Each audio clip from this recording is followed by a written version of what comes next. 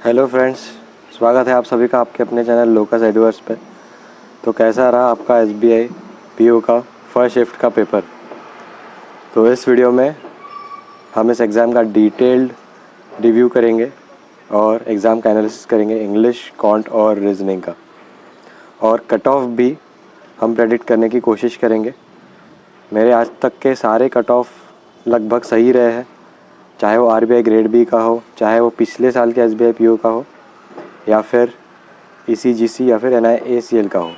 तो शुरुआत करते हैं इस वीडियो की। तो शुरुआत करने से पहले मैं आपको एक बात शेयर करना चाहता हूँ कि आज एग्ज़ाम सेंटर पे जो ऑफलाइन कोचिंग सेंटर के फैकल्टीज़ है वो भी आज इस एग्ज़ाम को देने आए थे, क्योंकि आजकल जो बच्चे हैं वो बेसिकली ऑनलाइन पढ़ते हैं, जैसे कि अनअकैडमी है, यूट्यूब है।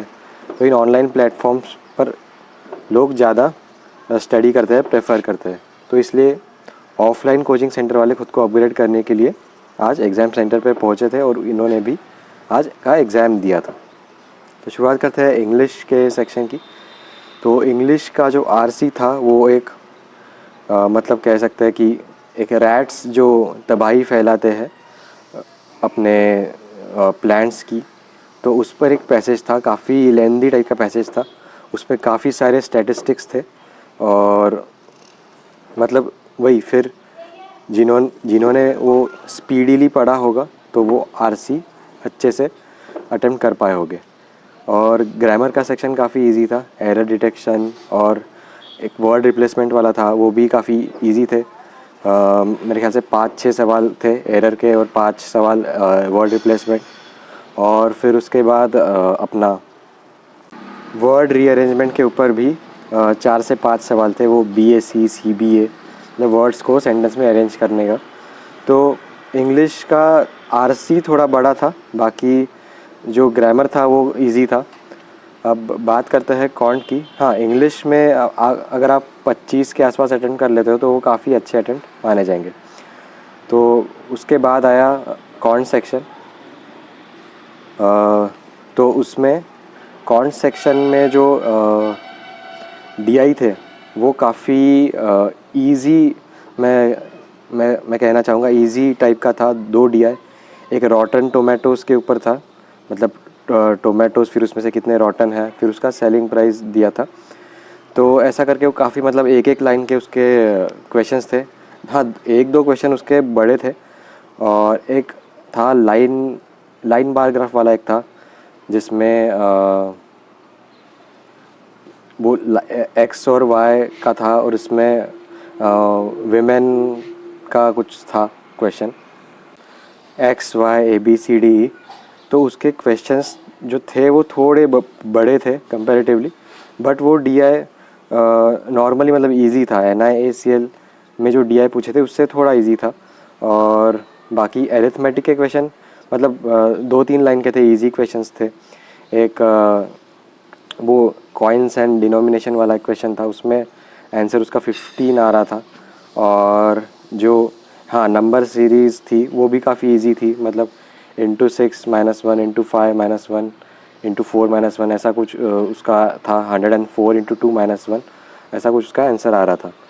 और उसके बाद अप्रोक्सीमेशन था, वो थोड़ा सा कैलकुलेटिव था, बट ओवरऑल उसको कह सकते कि काफ़ी इजी उसको कह सकते हैं अप्रोक्सीमेशन को। तो कॉन्ट में मैं कहूँगा कि 2 डीआई सॉल्व करने के बाद और अरिथमेटिक के 2-3 सवाल और नंबर सीरीज़ अप्रोक्सीमेशन के 5-10 सवाल मिला के, तो कॉन्ट में आप अगर 20 अटैम्प्ट कर लेते हो तो काफ़ी अच्छे अटैम्प्ट आपके माने जाएंगे। रीजनिंग सेक्शन टफेस्ट था फर्स्ट शिफ्ट में। पज़ल जो थे वो काफ़ी बड़ी बड़ी पज़ल्स थी और जो मिसलेनियस क्वेश्चन थे मतलब वो भी काफ़ी कम थे। सीलॉक्स के 3 थे और इक्वलिटी के 3 थे, डायरेक्ट इक्वलिटी के 3 थे और इनडायरेक्ट इक्वलिटी के भी 2 क्वेश्चन थे। मतलब उसमें वो सिम्बॉल्स दिए थे, तो सिम्बॉल्स को कौन सा साइन रिप्लेस करेगा, ऐसे क्वेश्चन फर्स्ट शिफ्ट में हमें देखने को मिले थे। और कॉन्ट में केसलेट डी आई थी, वो भी काफ़ी बड़ी थी। और हाँ, फिर से हम रीजनिंग की तरफ आते हैं। तो रीजनिंग में एक लीनियर अरेंजमेंट जो नॉर्थ की तरफ देख रहे हैं उसमें नंबर ऑफ़ पर्सन्स कितने हैं वो फाइंड आउट करने थे। और बाकी फिर नॉर्मल जो जिसमें 9 पर्सन्स दिए गए थे, उसको 3 डिपार्टमेंट में स्प्लिट करना था।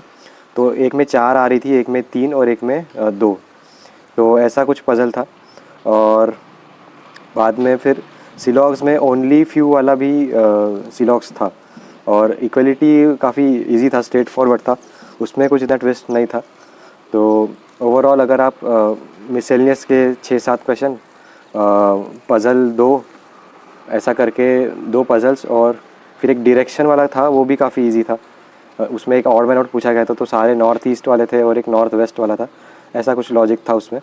तो डायरेक्शन के 4-5, सिलॉग्स इनइक्वलिटी के 6, और 2-3 पज़ल और कुछ ऐसा मिला के अगर आप रीजनिंग में 20 क्वेश्चन अटैम्प्ट कर लेते हो तो ये काफ़ी अच्छे अटैम्प्ट्स माने जाएंगे रीजनिंग में। तो ओवरऑल अगर मैं कहूँ तो अगर कोई आदमी 65 प्लस अटैम्प्ट्स कर लेता है तो वो काफ़ी अच्छे अटैम्प्ट माने जाएंगे ये पेपर में। मैं कट ऑफ का प्रेडिक्शन इस समय करूँ तो लास्ट ईयर जनरल का कट ऑफ गया था 58 के अराउंड जनरल का कट ऑफ था, और 56 ओबीसी का, फिर नीचे बाकी के 50 वैसा ऐसा कुछ था एससी का। तो इस साल का कट ऑफ भी उसी के आसपास रहेगा, बल्कि थोड़ा कम जा सकता है।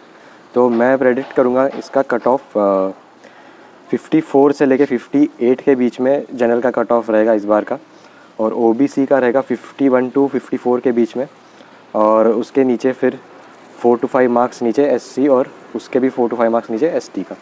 तो इस टाइप का कट ऑफ हम इस बार का प्रेडिक्ट कर सकते हैं। तो ओवरऑल इस वीडियो का समरी अगर मैं इंग्लिश में कर दूँ तो if you have attempted 65 plus in this first shift 21st November, then they are very good attempts in English. If you have attempted around 25, then they are very good attempts in Quant 25, and in reasoning around 15 to 20. So overall, if you have attended 65 plus, then it's a very good performance. So if you want to predict the cutoff of this SBI PO 2022 prelims, my prediction is 54 to 58 for general, 51 to 54 for OBC, and 5 marks less SC, and 5 marks lesser ST.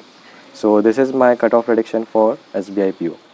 If you liked this video, hit the like button, and please share this video and subscribe to the channel if you are new viewer. Thanks.